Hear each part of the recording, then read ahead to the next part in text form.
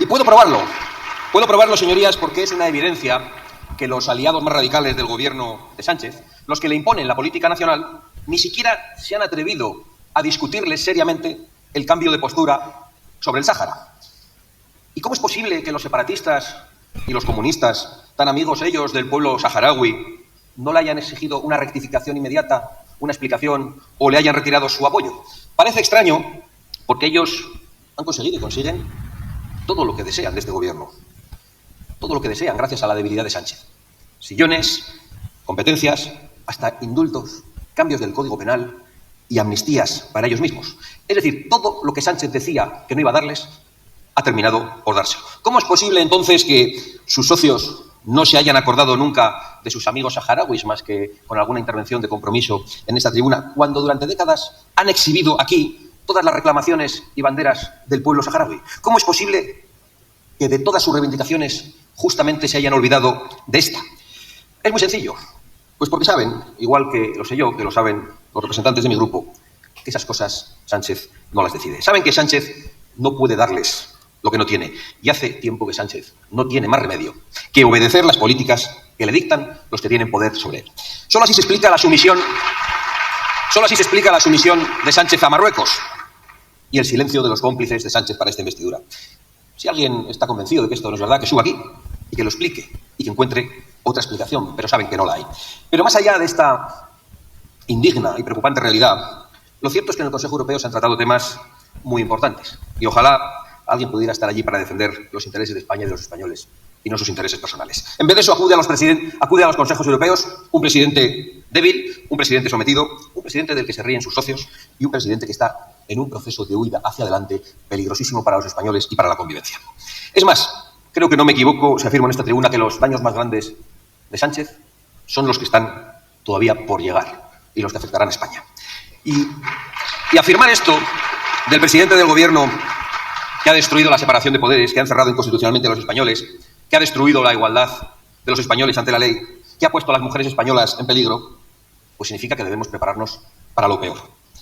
No retórica para usar en esta tribuna, lo creo firmemente. Lo creo porque el señor Sánchez se siente acorralado por la corrupción que vamos conociendo y por la corrupción que ya hemos vivido en esta Cámara, la que ha hecho a la vista de todos, comprando votos para su investidura en esta Cámara a cambio de favores criminales. Lo creo al ver que, acorralado por la corrupción, ha vuelto, cerca de unas citas electorales otra vez, el Sánchez necrófilo. Pero esta vez en unos extremos que a cualquier persona decente creo que le deben producir náuseas. Y cuando vemos a ese Sánchez que ya no disimula su rencor, su odio y su rabia, sabemos que es capaz de todo. Por eso, el señor Sánchez, y me produce repulsión incluso relatarlo, se ha hecho vídeos y fotos con restos humanos, con tibias, con cráneos, con huesos, de las víctimas del Partido Socialista en el siglo pasado, de las víctimas provocadas por el Partido Socialista en el siglo pasado. El señor Sánchez ha asaltado una cripta a donde no podían ni acceder los familiares de las víctimas, para posar como hacen solo los salvajes y los bárbaros, con los restos de sus víctimas. Indígnense lo que les dé la gana, pero es lo que sienten muchos españoles al ver en las pantallas una foto tan infame como la del presidente del gobierno. ¿Cuál será su miedo y su desesperación como para ofrecer ese espectáculo macabro? Y se ha atrevido a subir a esta tribuna hace unos minutos para hablar de los que intoxican el debate público y para hablar de los que llenan de fango las pantallas de los españoles. Y se saca fotografías con los restos mortales de españoles muertos en una contienda civil fratricida a los que no ha mostrado ningún respeto para exhibirlos en las pantallas y a los ojos de todos. ¿Qué sentirá al sacarse fotos con esos cráneos, con esos restos humanos, convocando allí a los periodistas? ¿Alegría por una proeza patética? ¿Autosatisfacción? ¿O quizá algún extraño y diagnosticado placer? Por supuesto, aparte de los placeres íntimos que eso pueda proporcionarle, que yo no lo comprendo, esas fotografías tienen una intencionalidad política. Y eso es lo más grave de todo, porque eso es lo más amenazante para la sociedad española, para su convivencia, para la concordia y para la libertad y el derecho de los españoles a acercarse al pasado histórico como les venga en gana, y eso es lo que el gobierno no quiere permitir. Sánchez quiere pisotear la reconciliación, parece que hasta la violencia, rescatando los viejos odios entre españoles. Quiere pisotear la memoria de todas las víctimas de un enfrentamiento entre hermanos, de todas. De las del bando nacional, posando con sus cráneos como si fueran trofeos hace una semana, y de las del bando republicano, utilizándolas de manera perversa para remover el odio. Y eso lo hacen los que dicen que no hay que utilizar a las víctimas, nunca. A las víctimas de las agresiones sexuales, a las víctimas del terrorismo, sean cuales sean las víctimas, no hay que utilizarlas. Eso sí, el presidente del gobierno va a sacarse fotos con los muertos de una guerra civil. En una falta de respeto insoportable a los muertos que nos aleja de cualquier signo de civilización y nos acerca a la barbarie. Y todo porque cree que es una manera muy astuta de ocultar sus corrupciones y su debilidad. Todo porque cada día que pasa se ve más cerca de sentarse en el banquillo. Todo porque los españoles ya van conociendo que además de la corrupción política que le ha permitido conseguir ese escaño azul, también es el capo de la corrupción económica que se llevó a cabo en el peor momento de los españoles. Para evitar que se hable de que las empresas que reciben un correo de la mujer del presidente del gobierno facturan más en España. Todo, lo más ruin, lo más infame, lo más deleznable y lo más indigno, hasta posar con calaveras. Para evitar que se hable de que cuando los españoles estaban sufriendo, algunos se han llevado millones como buitres en mitad de una pandemia. Pero lo que no sabemos es cuántas tramas dirige y cuántas pruebas había de ello en ese teléfono que le hackearon. Creo que más temprano que tarde acabaremos sabiéndolo. Y por eso pienso, de verdad, que lo peor de Sánchez está por llegar. No sabemos cuál será su siguiente vileza, que trata de ocultar con su verborrea habitual hoy en esta comparecencia.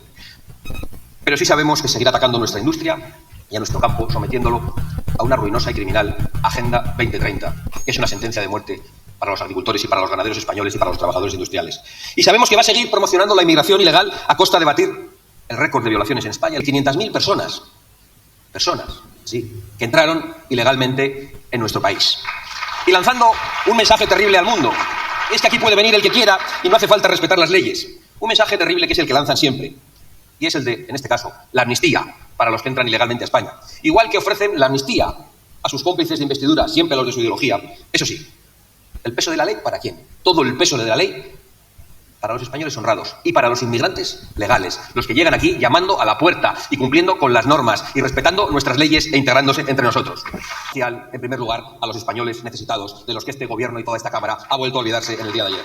De seguridad nacional que la sitúa como tercera amenaza, pero desde su falcón de marfil eso no le afecta al presidente del gobierno, porque es cosa de los españoles humildes, que no le preocupan absolutamente nada. ¿Y qué trae ese tipo de inmigración ilegal? Pues lo sabemos.